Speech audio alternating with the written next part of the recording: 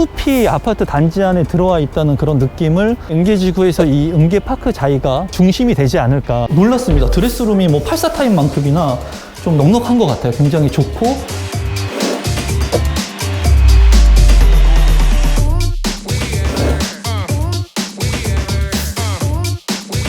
안녕하세요. 신상 아파트 최초 공개, 오늘의 아파트 언박싱 리뷰어 임성배입니다.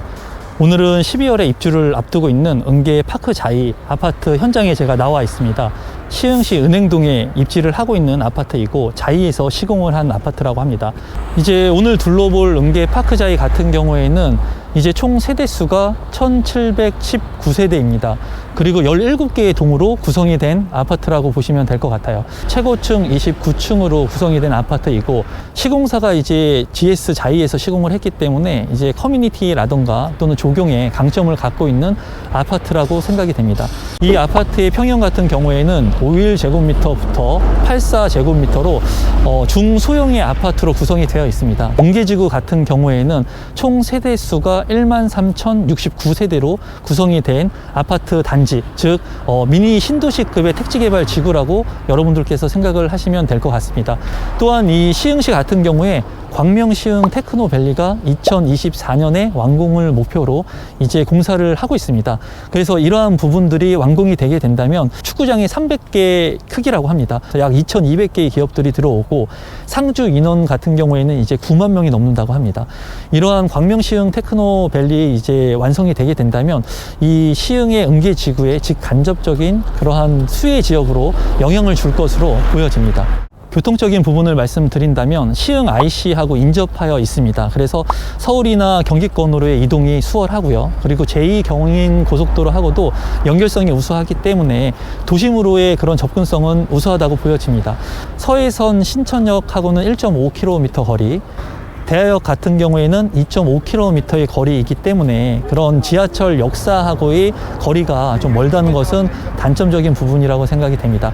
하지만은 지하철에 따른 호재적인 부분도 있다고 말씀을 드릴 수가 있는데요. 2024년 말에 완공을 목표로 이제 신안산선 개발이 이루어질 예정이고요. 신안산선 같은 경우에는 안산부터 시흥을 거쳐서 이제 금융의 허브인 여의도까지 이어지는 노선입니다. 또 월판선이 예정되어 있습니다. 그래서 인천부터 시흥을 거쳐서 판교까지 이어지는 라인이기 때문에 판교의 그 주요 업무 시설로도 빠르게 근접할 수 있는 이런 지하철에 대한 호재가 있는 지역이라고 보여져요. 그래서 미래의 이러한 지하철 역사들이 완성이 되게 된다면 이 시흥의 은계지구의 가치도 높아질 것으로 개인적으로 생각이 듭니다. 그리고 학군 같은 경우에는 주변에 이제 학교들이 도보권에 있습니다. 그래서 이 은계지구 내에 은빛초등학교가 입지를 하고 있고요. 그리고 소래중학교하고 소래고등학교가 인근에 입지를 하고 있어서 도보권으로 걸어서 통학을 할 수 있는 거리에 입지를 하고 있다고 보시면 될 것 같습니다. 주변 환경 같은 경우도 굉장히 쾌적합니다. 이 주변에 오난산 공원이 있어서 쾌적성이 있고요. 그리고 은계 호수공원이 지금 현재 공사 중에 있습니다. 그리고 인근에 소래산이 입지를 하고 있고 시흥 갯골 생태공원이 입지를 하고 있어서 이 녹지 공간이 굉장히 풍부합니다. 이 시흥이라는 곳이. 그리고 이 아파트 은계파크 자이의 주변에 근린 공원들이 많이 있기 때문에 이런 녹지 공간이 풍부한 것은 장점이라고 보여집니다.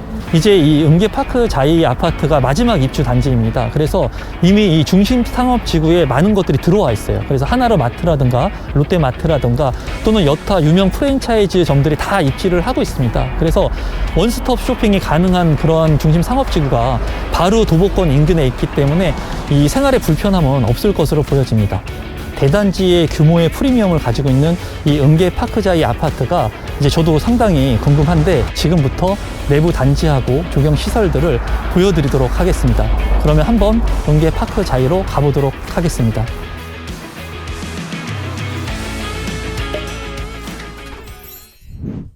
나무들이 진짜 많습니다.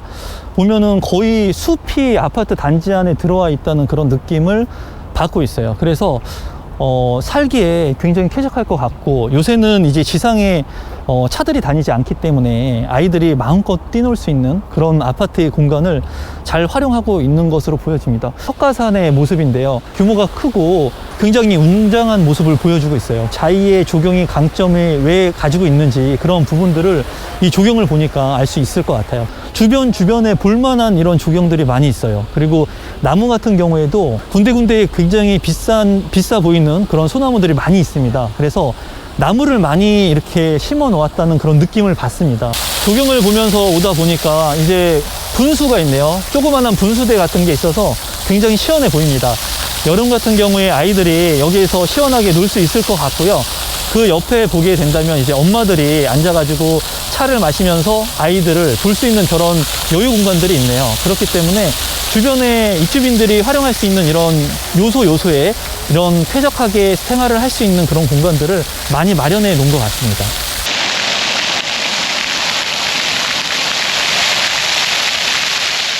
보니까는 키즈 클럽이 있네요. 키즈 클럽이 이렇게 별도로 독자적인 공간에 있는 모습이고, 놀이터가 이제 주변에 있어가지고 보기 위해서 왔는데, 이제 나무로 둘러싸여 가지고 그 안에 이제 이렇게 놀이터가 있는 거예요. 보면은 이제 아이들이 타서 놀 수 있는 그런 공간이고요. 뭐 애들이 굉장히 좋아할 것 같습니다. 저도 딸 둘을 키우지만은 놀이터가 굉장히 중요한 부분을 차지하더라고요. 좀 아이들이 다치지 않게끔 제가 봤을 때는 좀 나지막하게 구성됐다는 느낌이 들어요.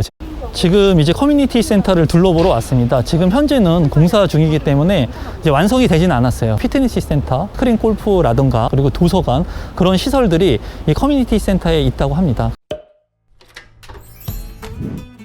지금 보실 타입은 74 타입이고요. 그리고 분양 가격은 분양 당시에 3억 2,840만 원이었습니다. 방 3개의 구성이고요. 그리고 화장실 2개로 된 구성인데요. 지금부터 한번 꼼꼼하게 살펴보도록 하겠습니다. 거실을 한번 보고 싶은데, 여기 같은 경우에는 이제 포베이의 판상형 구조입니다. 그래서 개방감이 상당히 있는 것으로 보여집니다.